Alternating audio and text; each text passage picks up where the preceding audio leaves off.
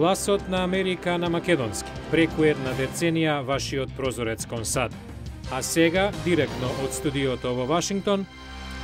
Добро вечер. Ова е ТВ журналот Newsflash на Гласот на Америка на македонски. Со вас во оваа емисија ќе биде Јане Бојаджиевски.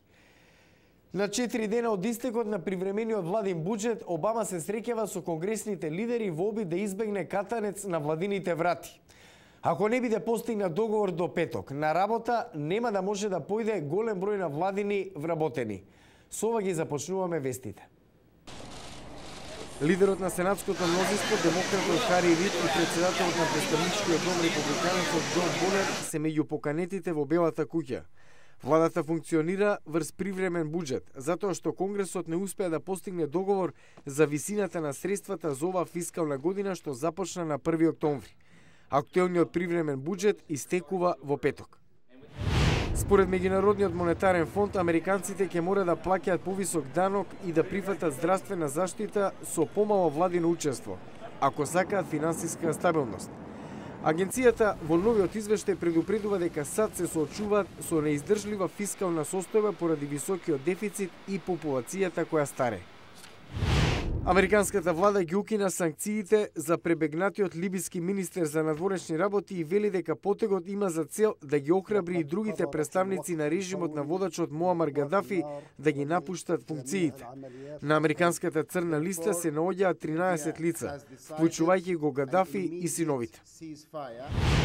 Кај уште 3 патнички авиони Боинг на компанијата Southwest Airlines беа пронајдени пукнатини, слични на онаа што предизвика принудно слетување минатата недела. Американската влада поради инцидентот нареди воредна детална инспекција на делот по старите авиони Боинг 737. Светската метеоролошка организација регистрирала рекорден губиток на озонот над Арктичкиот круг од јануари наваму. Агенцијата на Обединетите нации јави дека гасот што ја штити земјата од ултравиолетовите зраци опаднал за околу 40% поради загадувањето и ниските температури во стратосферата. Двонеделниот национален фестивал на трешовиот суд, главен пролетен настан во Вашингтон, привлекува милиони посетители, а е одраз на пријателството меѓу САД и Јапонија. Трешовите дрвја ги подарил градоначалникот на Токио уште во 1912. Годинава посетителите ја имаат на ум Јапонија повеќе од кога и да е досега. За фотографирање, прошетка или излет, цутот на црешите го прави сечие искуство во Вашингтон поубаво. Студено е, но сепак дојдовме на отварањето на фестивалот. Убаво е. Венди Кунз и семејството за прв пат се тука. На ум го имаат страдањето на јапонците овие денови. И Джен Кларк дошла со семејството. Се надева дека јапонскиот народ брзо ќе се опорави од катастрофалниот земјотрес и цунамито од 11 март. Ова е мощно и убав потсетник за нашите односи со Јапонија во моментов. Им посакувам се најдобро и се надевам дека ќе можат да се вратат нанозе. Фестивалот го прославува почетокот на пролета и подарокот од над 3000 црешови дрвја од Токио пред речиси 100 години. Дијана Мејху, председателка на фестивалот, вели годинава дел од манифестациите се со помал интензитет заради ситуацијата во Јапонија. Фестивалот е бесплатен, но организаторите апелираат до посетителите да донираат во фондот за помош на Јапонија. На отворањето, јапонскиот амбасадор во САД Ичиро Фуџисаки кажа дека Јапонија за секогаш ќе биде благодарна на САД, како една од првите земји кои испратиле спасувачки екипи. Само првиот ден, цутот на црешите дојдоа да го видат рекордни 14.000 посетители. На интернет страницата на фестивалот има врска до Американскиот црвен крст за донации за погодените подрачја во Јапонија.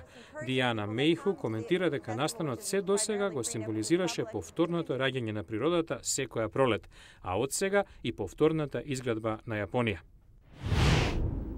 САД е земја на еднакви можности, но тоа не значи дека американците понекогаш не мора да се борат да добијат шанса. Во продолжение, прилог за еден човек кој си задал цел да ја добие таа битка и успеал. Спортот во САД е одраз на таквата битка, велат аналитичарите. Сајрус Мехли е еден од највлијателните, а можеби еден од најпознатите адвокати за заштита на граѓанските права во САД. Во 2001 постигна спогодба во еден од најголемите случаи во историјата на земјата против компанијата Coca-Cola во висина од $192,5 милиони. има иранско-американско потекло и дискриминацијата му е блиска тема. Пораснав во семејство што кога дојде во Соединетите Американски држави ја почитуваше оваа земја, но истовремено воочи некои недостатоци како расното прашање. Неговата страст за правда, комбинирана со големиот интерес за американскиот фудбал, доведе да застане пред една од таквите неправди во светот на професионалниот спорт.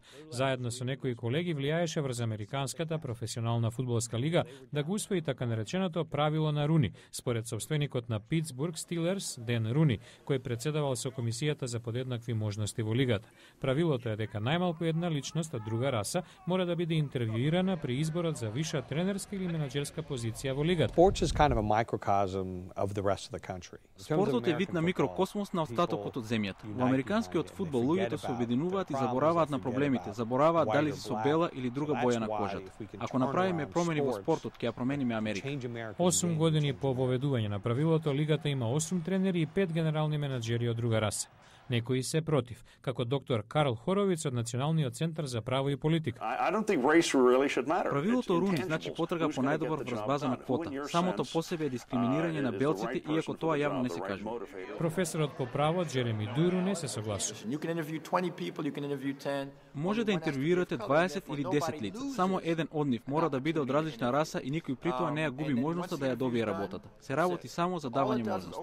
Независно дали правилото Руни е добра или лоша идеја, факт е дека 7 од последните 10 тима во финалниот надпериод на лигата има главен тренер или генерален менаџер афроамериканец. Утре во News Flash, по страотното цунами и несреќата со јапонскиот реактор кој предизвика страв за радијација меѓу јавноста, американските научници работат на нов лек, наречен Екстрат. За ова во утрешната емисија. Нов лек, сега на клиничко испитување, се тврди дека ја поправа штетата на ДНК од сите видови изложеност на радијација. За ова оптимистичка вест ќе зборуваме утре во News Flash. Го гледавте News Flash на гласот на Америка на македонски. Јас сум Јане Боаџиевски од студиото во Вашингтон. За најнови содржини посетете нашата веб страница glasnaamerika.com. Пријатна вечер. Се гледам утре.